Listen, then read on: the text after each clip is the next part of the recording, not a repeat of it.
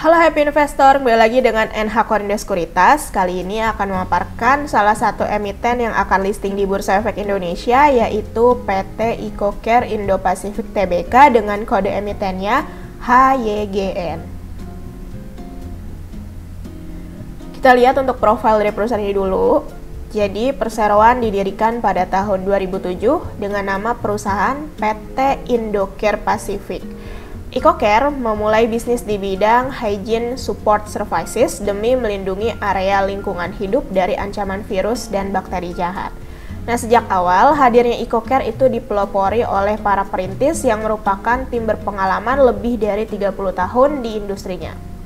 Hal ini membuat Icocare langsung mendapatkan banyak perhatian dari para pegiat usaha yang peduli terhadap kebersihan, kehigienisan, dan kenyamanan yang akan berpengaruh terhadap kesehatan di tempat usahanya.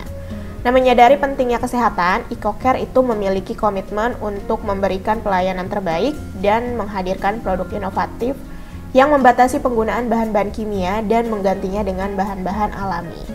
Dalam perjalanannya pada tahun 2017, untuk semakin melengkapi kebersihan area lingkungan hidup, terciptalah Tukang Bersih atau PT Tukang Bersih Indonesia yang memiliki tujuan sesuai dengan namanya. Kemudian di tahun 2021, ekspansi bisnis melahirkan Pestcare sebagai solusi penanganan hama. Nah, pada tahun 2023, lembaran baru juga dimulai dengan nama perusahaan PT Indocare Pacific berubah menjadi PT Icocare Indo-Pacific. Hingga sekarang, Icocare, Tukang Bersih, dan Pestcare ini menjadi satu kesatuan Icocare Group Company yang senantiasa berusaha memberikan pelayanan terbaik sebagai one-stop solution untuk proteksi yang lebih maksimal bagi seluruh masyarakat Indonesia.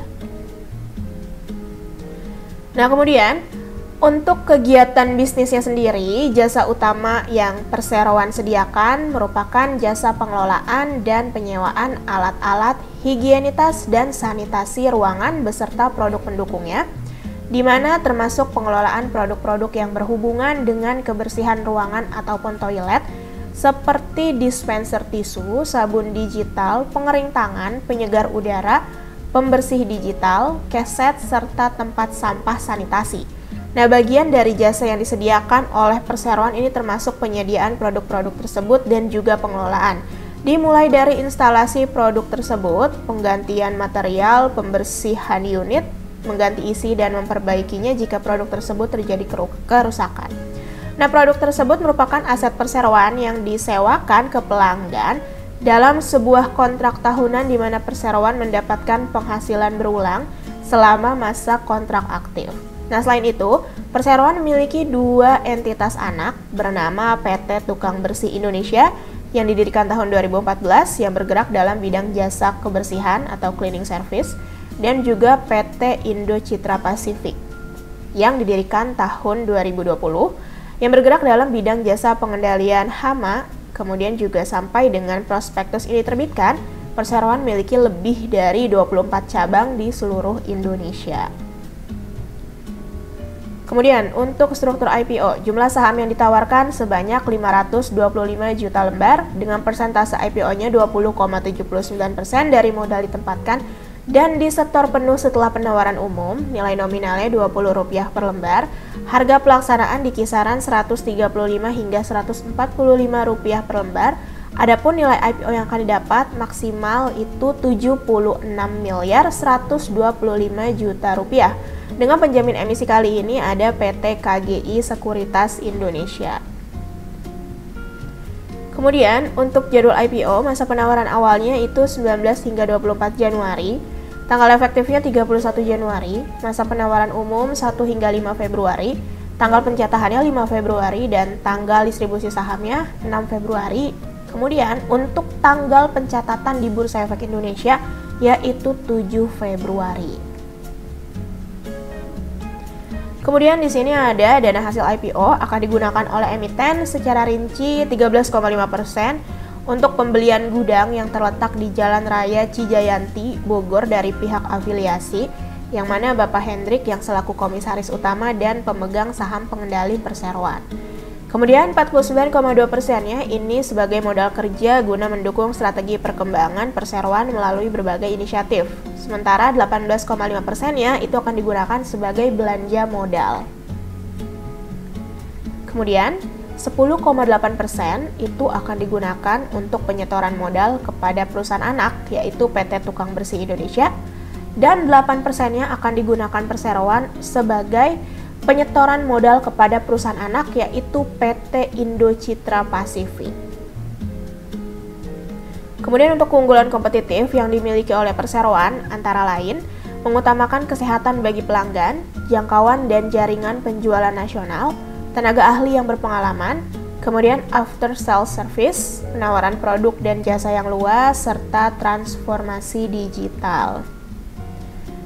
Untuk faktor-faktor risiko yang perlu diperhatikan, risiko utama yaitu risiko kehilangan atau kekurangan sumber daya manusia yang berkualitas.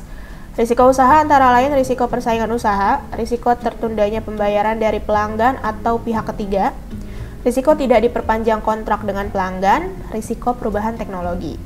Risiko umumnya antara lain ada risiko perubahan peraturan dan atau kebijakan pemerintahan, legalitas dan perizinan, kemudian risiko kondisi politik Indonesia, risiko terjadinya bencana alam, risiko terhadap peraturan perundangan yang berlaku terkait bidang usaha perseroan.